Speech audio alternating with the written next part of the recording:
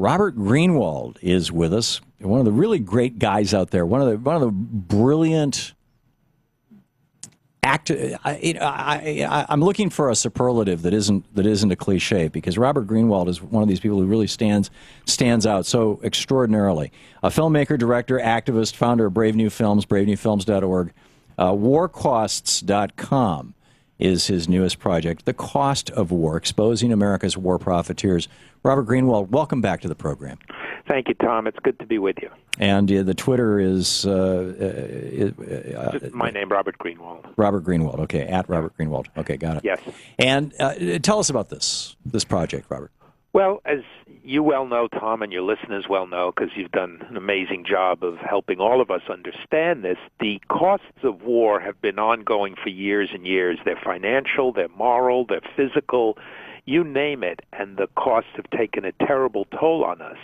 And as we were continuing to work on our Afghanistan, we looked around and we realized there's never been a consistent long-term opposition to the very idea of war and to the cost of war. Mm-hmm. And so we're launching today in the hope that your listeners and viewers will join us either on Facebook or website or my Twitter, what's going to be a long-term campaign to let people know the terrible price that every single one of us is paying, Tom. The $17,000 per family that people have paid for Iraq and Afghanistan, the number of deaths, the people overseas, the countries we've destroyed. And it's a long-term project. The good news is that with the Debt Commission, there really is an opportunity to get people's attention, because it's either or. But you're talking about the Gang of 12 by the Debt Commission. Is that what you mean? Yeah, okay. Gang of 12, there you go. And they're going to have to either cut the war budget and the war profiteers, or they're going to cut Social Security, Medicare, et cetera, et cetera.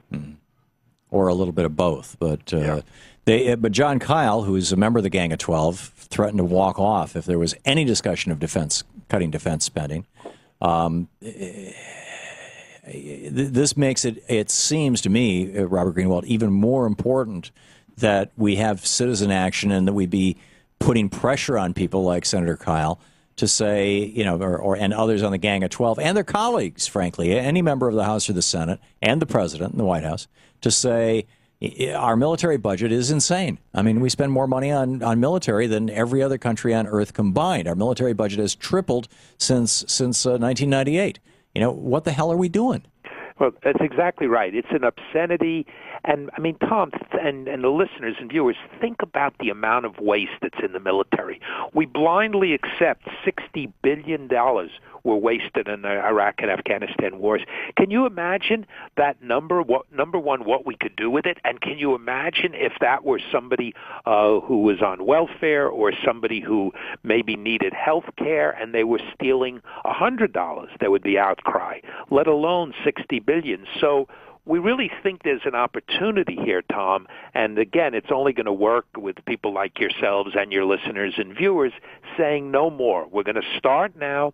We're going to start to call people out. We're going to notify the fact that they're taking money from war profiteers and war contractors. We're going to talk about the amount of salaries and stock prices that are being raised and the amount of terrible, terrible moral damage this is doing to our country with our imperialism.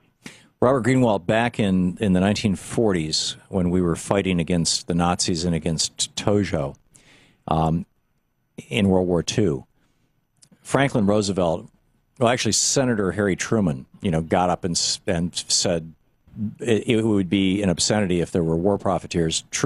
Roosevelt made the famous speech about how no one's going to become a millionaire as a result of this war. Truman actually put together or maybe he was already on a committee that started holding hearings on it, and they started looking into war profiteering, exposing war profiteers. I'm not a scholar of that particular time and event, but I know that happened. How do we, and now we've got, Halliburton was on the verge of bankruptcy before Bush and Cheney came into office, largely because of its acquisition of Dresser Industries, but they were teetering on the edge of bankruptcy. Now they've, they've just kind of blown it out. Eric Prince Blackwater was basically a shooting range in a rich kid's backyard.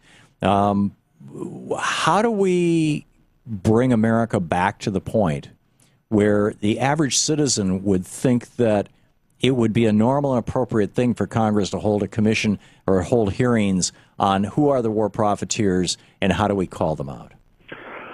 Well, I think, and I really don't mean to sound grandiose about this, Tom, but it starts here. It starts now. It starts today. It starts with the great work you are doing and your listeners and viewers, and it requires every one of us to say, I'm going to put some time into it. I'm going to go to the Facebook, or I'm going to go to the website, or I'm going to go to the Twitter. I'm going to pass around the information. I'm going to pass around the videos, because fundamentally, most of the country is with us on this issue, but the war profiteers, the contractors,